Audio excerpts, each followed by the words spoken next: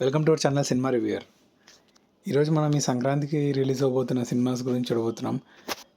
పండగ అంటేనే cinema, cinema అంటేనే పండగ. సో ఈ రెండు కలిసి వస్తే ఈ Sankranti. So first in the list January 9th the Rajasaab. మనలో మారుతి చాలామందికి తెలుసు, మారుతి కామెడీ సినిమాలు తీశారు అలా ఎలా అని. బట్ ఎప్పుడైతే హారర్ కామెడీ చూస్ చేసుకున్నారో ప్లస్ అందులో ప్రభాస్ ఇంక్లూడ్ అయ్యారో అప్పుడే ఈ ప్రాజెక్ట్ ఎక్కడికి వెళ్ళిపోయింది. సో మారుతి పైన ట్రస్ట్ ఉండడంతో ఈ ప్రాజెక్ట్ని స్కేల్ కూడా చేశారు.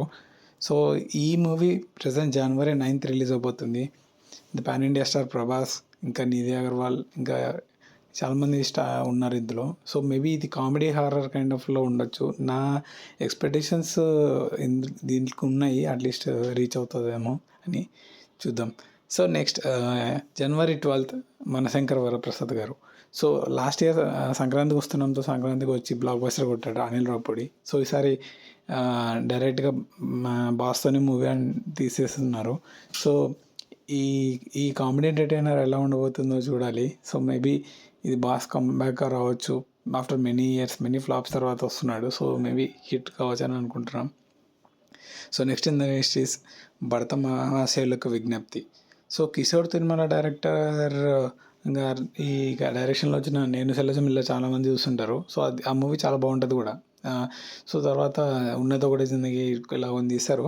బట్ ఆ రేంజ్ సక్సెస్ రాలేకపోయింది. ఈవెన్ రవితేజకి లాస్ట్ ఒక 10 years నుంచి సరైన సక్సెస్ లేదు. సో మేబీ ఈ ఫ్యామిలీ మూవీ ఈసారి వర్కౌట్ కావచ్చు. So maybe hope for the best. Next in the list Anaganaga O Raju. So the Jathiratnalu fame Naveen Polishetty ఇందులో మెయిన్ లీడ్గా చేస్తున్నారు. సో మినిమం గ్యారంటీ కామెడీ అయితే ఎక్స్పెక్ట్ చేయొచ్చు, because man himself is a so curious guy.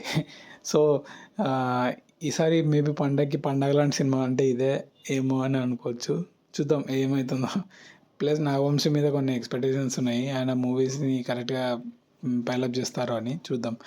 So last in the list is Nari Nari నడుముమ్మ Nari. So శర్వానంద్కి చాలా రోజులుగా proper hit లేదు.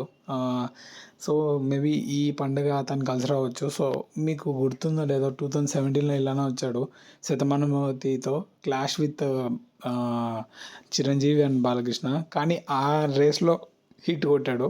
So you cannot underestimate everyone. So ఈ 5 మూవీస్లో అన్నీ hit కావాలని, so plus మనకి entertainment కావాలి అని కోరుకుంటూ సో ఈ వీడియో ముగిస్తున్నాను. Thank you guys. చాలా సబ్స్క్రైబర్స్ చూస్తున్నారు కానీ సబ్స్క్రైబ్ చేయట్లేదు గైస్. కొంచెం సబ్స్క్రైబ్ చేసుకోండి. ఇలాంటి కంటెంట్స్ అప్డేట్ ఇంకా వస్తూనే ఉంటాయి. So stay tuned for this channel guys.